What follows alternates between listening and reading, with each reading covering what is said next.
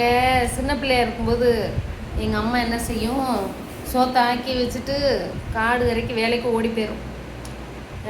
எங்களுக்கு சோறு போட ஆள் இருக்காது. நானும் நாயாக வெயிலில் லங்கு லங்கு லங்கு லங்குன்னு திரிவேன் விளாண்டுக்கிட்டு.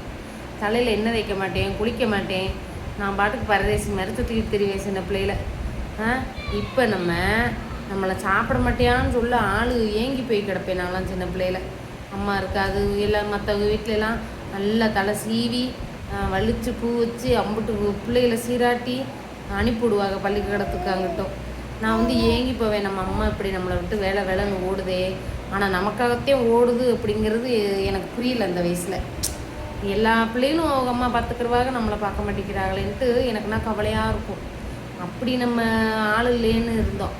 இப்போ நம்ம இவங்களை சீராட்டி சுராட்டி பால் சோறு கொடுக்குறேன். கொடுத்தா தூணு ஏன் மூஞ்சிலே துப்புது இந்த பிள்ளை. காலங்கள் எப்படி மாதிரி பிரித்து பார்த்தீங்களா? என்ன செய்கிறது செஞ்சுவிட்டு ஒன்றும் தெரியாத பாப்பா மாதிரி பார்க்குறேன். உனையத்தான் சொல்கிறேன், வேற யாரை சொல்கிறேன்? உனையத்தான் பாப்பா. சாப்பிடுவியா? சொல்லு, பாய் சொல்லு. சரி சரி சிரிச்சு அம்பிடுத்தே பாய்.